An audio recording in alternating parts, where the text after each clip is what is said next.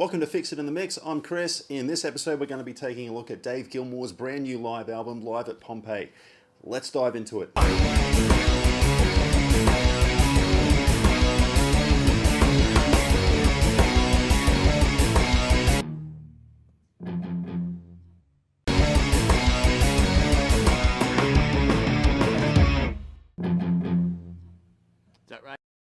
So Dave Gilmour Live at Pompeii was released on the 29th of September this year and chronicles the Rattle That Lock World Tour of Dave's and was recorded last year at the Pompeii Amphitheater on the 7th of July. Now, Live at Pompeii comes in a wide range of formats. You can get the audio CD, you can get the digital download, you can get the DVD, Blu-ray, and also the huge box set with a little bit of everything. I'll talk briefly about the audio CD available, but in this review we'll basically be looking at the Blu-ray release.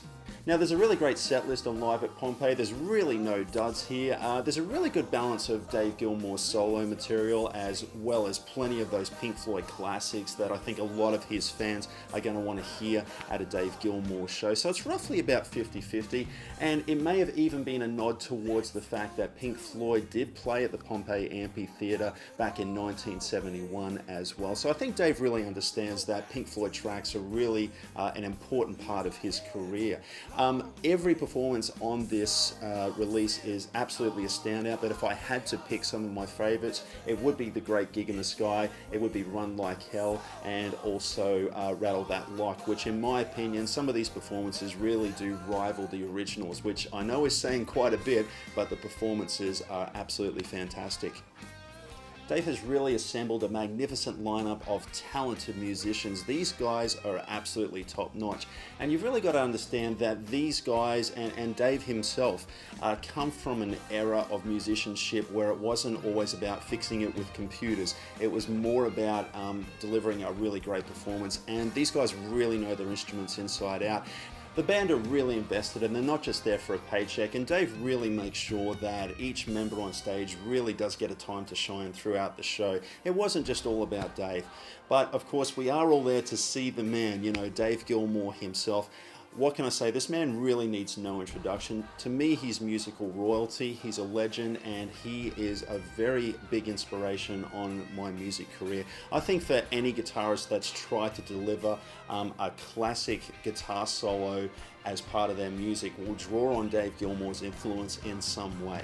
There's just something really special that happens when this man plays guitar, and to be honest, I could easily listen to the man play all day. Now, what he does in this show, and he's done it in previous tours as well, he spends a lot of time on electric, but he also moves to acoustic every now and then, and also lap steel. Dave's voice has held up considerably well over the years. This is a really great vocal performance captured on this release.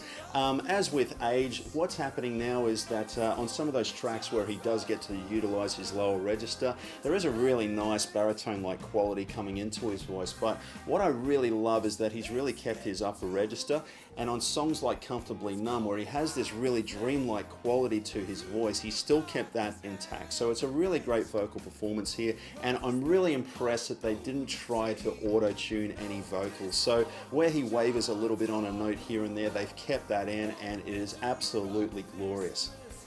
The live production of the show is absolutely top-notch, as what you would expect from a Dave Gilmour show. There's great visual lays, the lighting cues are on point.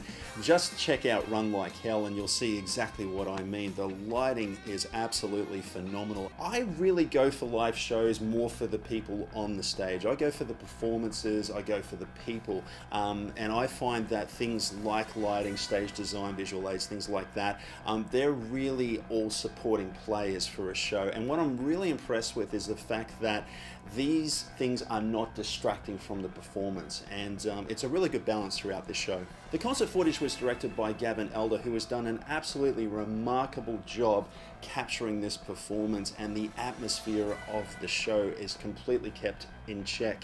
There's great dolly shots of the audience, there's great overhead shots of the entire Pompeii Amphitheater and the people within it, there's great close-ups, there's nice wide angles, and This guy really understands what's going on in the music because he knows what to show at the appropriate time during the song. For instance, when Dave's soloing, he doesn't cut to the piano or drums. He makes sure that the shot lingers on Dave at the right time. And so, as a musician, it's an absolute joy to watch. This guy really, really gets it.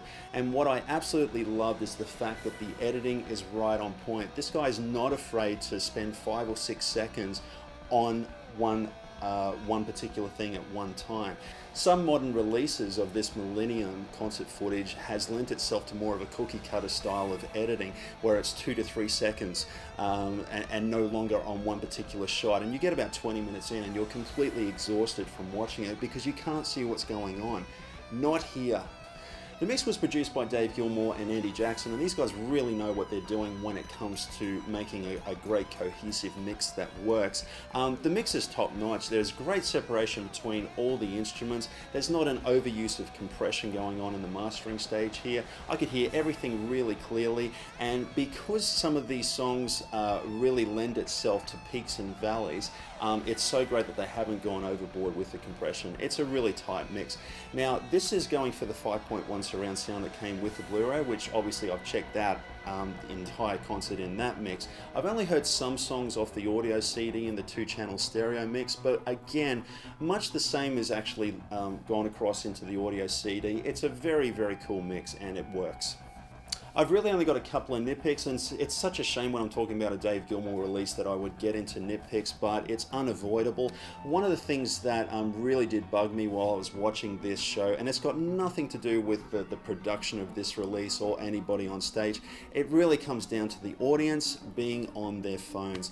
I really hate seeing it, guys. It's such a downer, and I really don't understand why people do it at shows. It's just one of the things that we have to put up with, unfortunately. You know, I'm a gigging musician myself. I hate seeing it from the stage while I'm doing a show, and I hate being in the audience and being surrounded by people doing it. Guys, switch your phones off and enjoy the show. These things are really well made. Now. The other minor nitpick is Dave doesn't do a lot of talking throughout the show, which would have been really cool to see.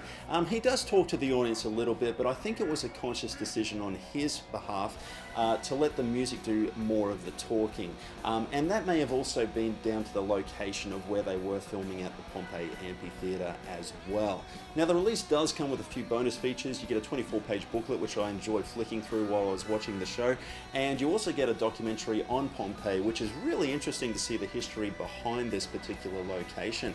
I actually felt that this was a little short as well, and again, this is a really great opportunity for Dave to perhaps share some of his experience playing at the Pompeii Amphitheater back in 1971 with Pink Floyd.